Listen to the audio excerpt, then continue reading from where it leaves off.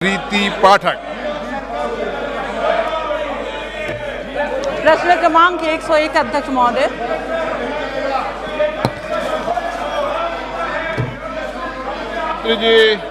महोदय, उत्तर सभा पटल पर रखा गया है। अध्यक्ष महोदय, उत्तर सभा पटल पे रख दिया गया है।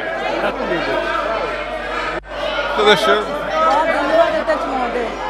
अध्यक्ष महोदय, हमारा देश विश्व की पुरातन सभ्यता में विकसित हुआ है अध्यक्ष महोदय। चाहे वो जीवन सभ्यता हो, चाहे भाषा या लिपि हो, रचना या धर्मग्रंथ हो, या फिर स्मारक, धर्मस्थल, परंपरा या अलग अलग देश क्षेत्रों पर व वर्गों की जीवन शैली हो अध्यक्ष महोदय, ये हमारी अमूल्य धरोहर है। लेकिन आधुनिकीकरण के इस चकाचौंध और पाश्चात्य संस्कृति के प्रति युवाओं के आकर्षण को देखते हुए अध्यक्ष महोदय, हमें ऐसी अमूर्त सांस्कृतिक धरोहरों को संरक्षित करने की आवश्यकता है। अध्यक्ष महोदय, हमारी सरकार ने माननीय प्रधानमंत्री जी के नेतृत्व में इस दिशा में अभूतपूर्व काम किया है। National heritage city development and augmentation योजना, प्रसाद और स्वदेश दर्शन योजना इसका जीवंत उदाहरण अध्यक्ष महोदय। अध्यक्ष महोदय, लेकिन सांस्कृतिक विरासत को राष्ट्रीय और अंतर्राष्ट्रीय स्तर पर ख्याति प्रदान करने के लिए भारतीय विरासत संस्थान और विरासत पाठ्यक्रम की हमें अत्यंत आवश्यकता है। अध्यक्ष महोदय, मैं आपके माध्यम से माननीय संस्कृति मंत्री महोदय जी से ये जानना चाहती हूँ कि क्या हमारी सरकार ने भारतीय विरासत संस्थान की स्थापना की है, और अगर की है तो इस संस्थान के द्वारा किए जाने वाले कार्य और इसका पाठ्यक्रम क्या है अध्यक्ष महोदय, और साथ में मेरे संसदीय क्षेत्र में इसकी स्थापना कब तक हो जानी है।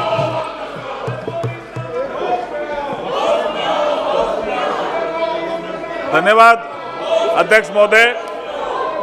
माननीय सदस्य ने जो प्रश्न पूछा है, बहुत ही अच्छा प्रश्न किया है। भारतीय संस्कृति को प्रमोट करने से संबंधित मैं आपके माध्यम से माननीय सदस्य को यह बताना चाहता हूं कि 2020-21 में बजट घोषणा थी, जिसके आधार पर इंडियन इंस्टीट्यूट ऑफ हेरिटेज की स्थापना की गई है। इससे पहले नेशनल म्यूजियम इंस्टीट्यूट इस काम को देखा करती थी, लेकिन 2020-21 से बजट घोषणा के बाद हमने इंडियन इंस्टीट्यूट ऑफ हेरिटेज की स्थापना की है। उसके तहत 3 तरह के कोर्सेज आयोजित किए जाते हैं। पहला, हिस्ट्री ऑफ आर्ट्स में कोर्सेज आयोजित किए जाते हैं, म्यूजियोलॉजी में कोर्सेज आयोजित किए जाते हैं, कंजर्वेशन में कोर्सेज आयोजित किए जाते हैं। ये सर्टिफिकेट कोर्स भी हैं, पीएचडी भी होती है, डिग्री भी इसमें दी जाती है। जहाँ तक माननीय सदस्य ने कहा कि मेरे क्षेत्र में ऐसी इंस्टीट्यूट कब तक खोलने का आप विचार रखते हो, ये नेशनल लेवल पे इंस्टीट्यूट खोली गई है। इसका एक तरह से जो प्रभाव पड़ेगा वो पूरे क्षेत्र में पड़ेगा, और माननीय सदस्य के क्षेत्र में भी इसका प्रभाव पड़ेगा। वहाँ के भी कोई स्टूडेंट हैं, वो आपके म्यूजियोलॉजी में, कंजर्वेशन में, सर्टिफिकेट कोर्स में, और जो अब तक IGNCA में, ASI में, NLRC में, स्कूल ऑफ आर्काइव स्टडीज में, नेशनल आर्काइव इंडिया में जो सर्टिफिकेट कोर्स कर रहे हैं, उनका लाभ माननीय सदस्य के क्षेत्र को भी मिलेगा, ऐसा मैं मानता हूं। धन्यवाद।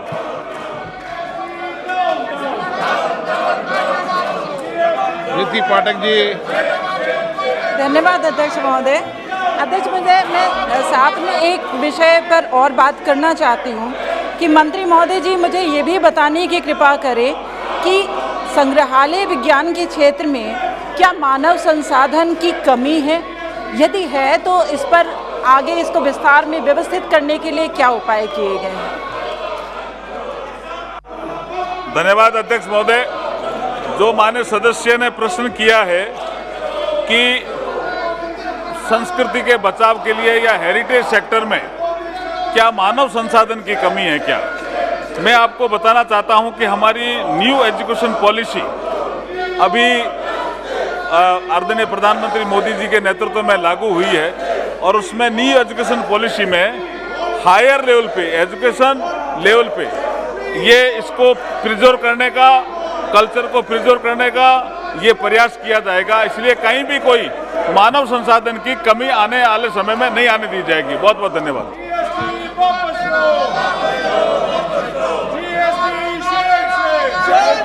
माननीय सदस्यगण, आप जिस विषय पर चर्चा करने की मांग कर रहे हैं, सरकार उस विषय पर चर्चा करने को तैयार है। लेकिन माननीय सदस्य, मैं आपसे फिर आग्रह कर रहा हूं कि आप सदन के अंदर तख्तियां लाना छोड़ दे। माननीय सदस्य प्लीज, नहीं तो मुझे सदन की मर्यादा के लिए कार्रवाई करने के अलावा कोई विकल्प नहीं बचेगा। मैं आपसे आग्रह करता हूं, आप अपनी अपनी सीटों पर जाकर बैठे। सरकार चर्चा करने को तैयार है। जाइए, सीट पर बैठिए, जाइए, मैं कराता हूं चर्चा। आप जाइए, तख्तियां नारेबाजी करने आओ, चर्चा करने आओ। यहाँ पे आप चर्चा करिए।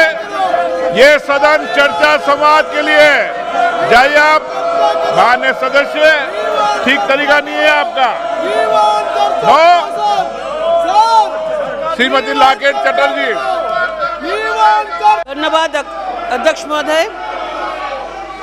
Jirat is Hooghly district under Bolagor Assembly, the home of Dr. Shyama Prasad Mukherjee. Presently, the place is in dilapidated condition. The state government has not taken any steps to preserve this historical place. My question is, what steps is being taken by the central government to preserve Shyama Prasad Mukherjee's original house?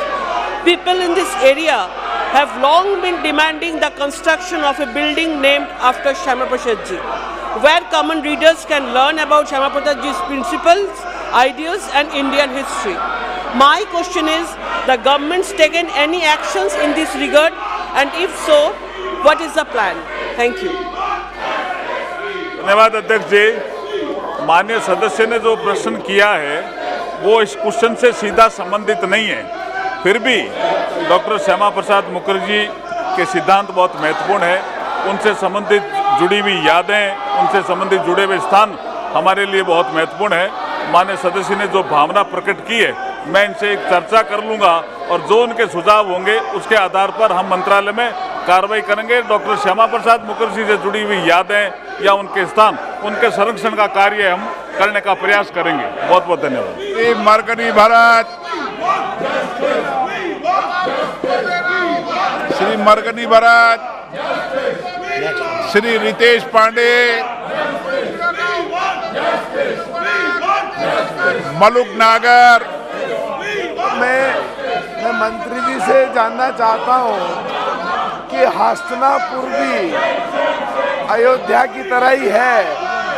वहां के लिए जो budget है हम धन्यवाद देते हैं, पीछे किया, और आगे भविष्य में वहां को बढ़ाने के लिए क्या कर रहे हैं। और हरिद्वार से कांवड़िए जो लेके कांवड़ चल रहे हैं, जो बिल्कुल कल परसों तक के लिए ज्वलंत और बहुत जरूरी मुद्दा है, सब्जेक्ट से जुड़ा हुआ नहीं है पर मेंशन करना चाहते हैं। जौली से लेके किठौड़ तक नहर के किनारे किनारे सड़क बहुत खराब है, कांवड़ियों को बहुत दिक्कत हो रही है, इस पे भी ध्यान दिया जाए। धन्यवाद अध्यक्ष जी। माननीय सदस्य ने जो विषय रखा है ये मेरठ जिले के हस्तिनापुर से संबंधित है। हस्तिनापुर में काफ़ी काम हुआ है और मैं सदस्य को ये अवगत कराना चाहता हूं कि जल्दी वहां की हम विजिट करेंगे और आपके जो भी सुझाव होंगे उसके आधार पर हम कार्रवाई करेंगे। धन्यवाद। श्रीमती रमा देवी।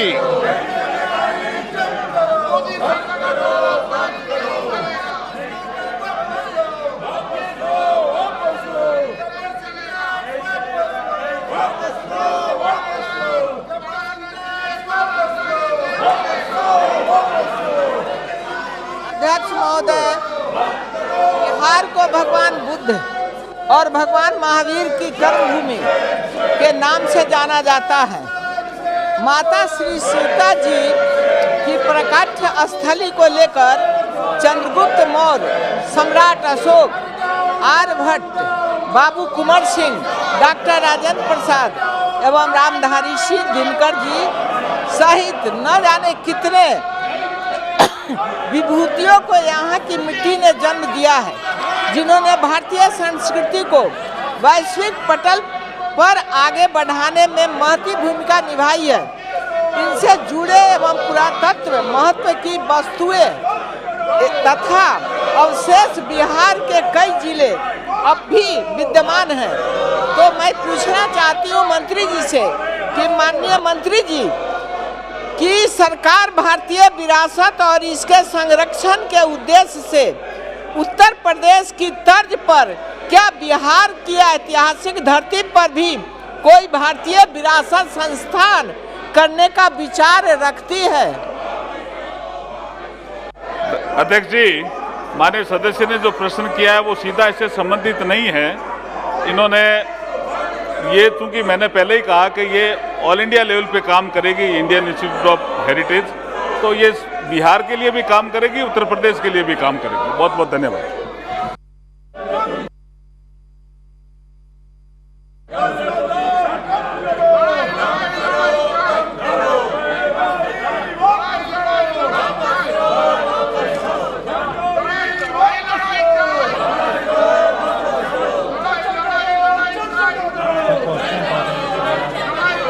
क्वेश्चन नंबर 102 गजानन कीर्तिकर जी, श्रीमती मंजूलता मंडल। माननीय मंत्री जी, माननीय मंत्री जी, उत्तर सभा पटल पर रख दिया गया है। माननीय Alok Suman ji doctor. Question number 103 Shri Sushri Diya Kumari ji. Number 103 is laid on the table of the house. Thank you, Speaker, sir. Sir, I would like to thank our visionary Prime Minister and government for introducing the new education policy and bringing in the much needed reforms in the education sector. Sir, as the Honorable Minister pointed out in his answer, that National Accreditation Council, NAC, will be overseeing the process of accreditation under the NEP. This will indeed ensure that the process of accreditation is easier to comply with and more institutions can be formally recognized. Sir, through you, I would like to ask the Honorable Minister, how does the government plan to provide certain safeguards to ensure that higher education institutions comply with the norms of self-governance and disclose relevant information in order to maintain the standard and quality of education in the country?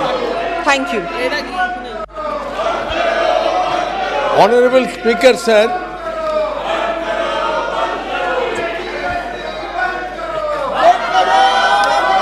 माननीय सदस्य, मैं आपको फिर आग्रह कर रहा हूं कि सदन की मर्यादा रखनी आपकी जिम्मेदारी है। माननीय सदस्य कोई भी तख्ती लेकर आएगा, मैं अंतिम बार कह रहा हूं, उसको सदन की कार्रवाई का हिस्सा नहीं बनने देंगे। आप सहृदयता मत समझिए, ये देश का लोकतंत्र का मंदिर है, यहाँ की मर्यादा रखना आप सबकी जिम्मेदारी है। लोकतंत्र के अंदर जितनी सदन की मर्यादा रखेंगे उतना ही सदन के प्रति और आपके प्रति लोगों का विश्वास बढ़ेगा। लेकिन आपका तौर तरीका ठीक नहीं है। नो मार्क, नो, गलत तरीका ठीक। चलिए करिए आप, चलिए। Honorable Speaker, sir, our member has raised a good question, and our government has started to think on the national education policy since 2015, and even in the 2017, the assessment was done based on the qualitative metrics, and in the 2017, the revised accreditation framework was made. And that is also the planning for giving all the institutions, colleges to have quality, to develop their quality. And in the national education policy, which has been launched under the dynamic leadership of our Honorable Prime Minister Shri Narendra Modi, in so many paras, there is written on the accreditation and the quality of the institutions so that they can get autonomy. Whenever their assessment, they will get more than 3.01, they will get towards autonomy. And in this way, our government is very much keen to giving the education institutions for autonomy. NAC has already involved 7 criteria of framework.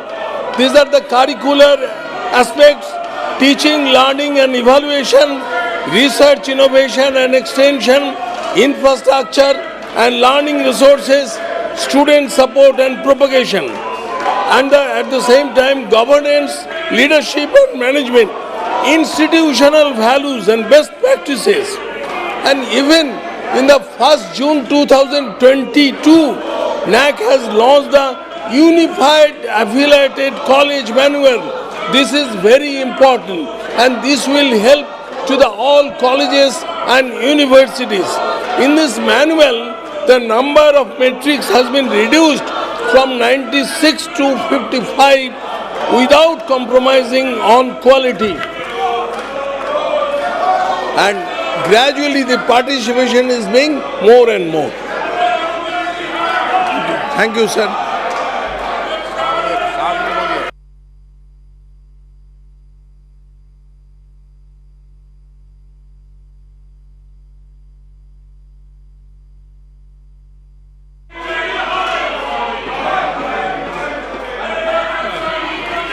I'd like to thank the Honourable Minister for very extensively replying to my question.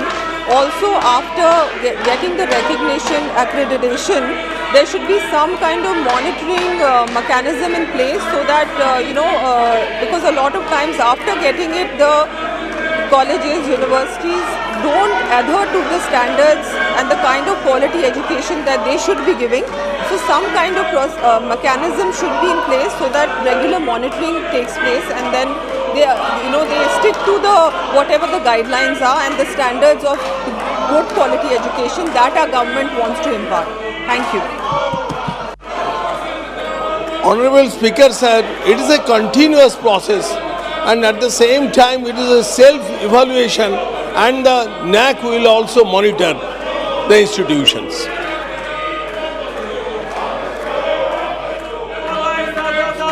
आप अगर चर्चा करना चाहते हैं तो 3 बजे मैं चर्चा शुरू करने को तैयार हूं, और अगर आप तख्तियां और नारेबाजी करना चाहते हैं तो 3 बजे बाद आप तख्तियां नाराबाजी करने का आपको अधिकार इस सदन से बाहर होगा। 3 बजे बाद तख्तियां और नारे लगाने का अधिकार आपको सदन से बाहर होगा। इस तरीके से सदन नहीं चल सकता। देश की जनता चाहती है सदन चले, और इसलिए मेरा आग्रह, अंतिम बार आग्रह कर रहा हूं कि 3 बजे बाद जो माननीय सदस्य आसन के सामने तख्तियां लाकर सदन की मर्यादा तोड़ना चाहते हैं, 3 बजे बाद उनको पर्याप्त समय, पर्याप्त मौका सदन के बाहर मिलेगा। धन्यवाद।